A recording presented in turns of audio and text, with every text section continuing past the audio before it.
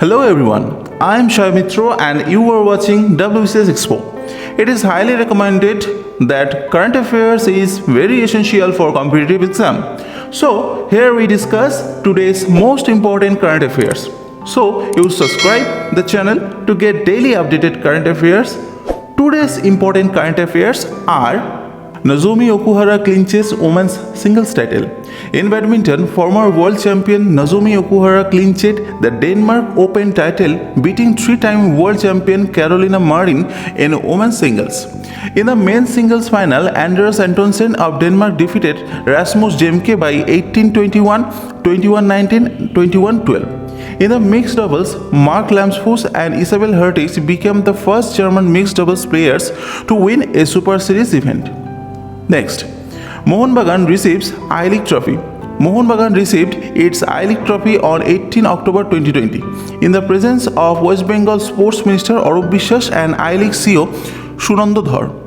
Mohun Bagan will also display the trophy from November 2 to 5, 2020 for a photo opportunity by the members of the club and its supporters.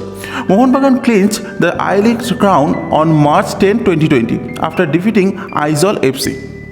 Next, Bangladesh invites PM Modi. Bangladesh has invited PM Modi to join the celebration of the 50 years of the country's independence on 26 March 2021.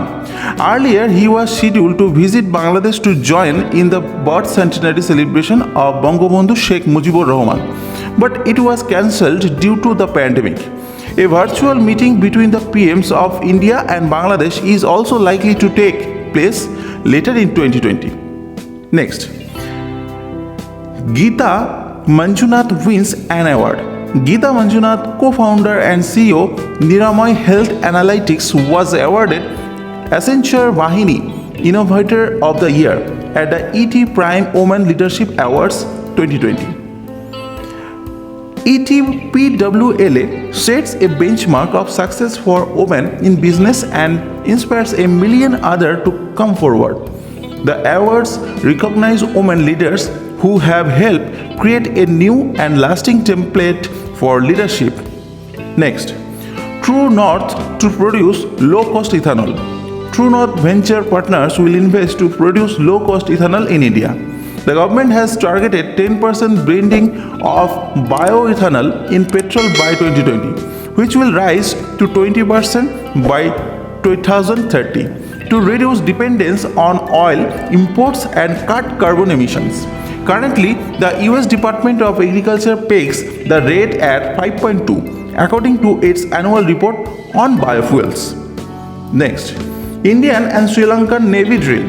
The navies of India and Sri Lanka are conducting a 3-day military exercise of Trincomalee, the 8th edition of annual Indian Navy India and Sri Lanka Navy bilateral maritime exercise SLINEX 20 is scheduled of Trincomalee, Sri Lanka from 19 to 21 October 2020.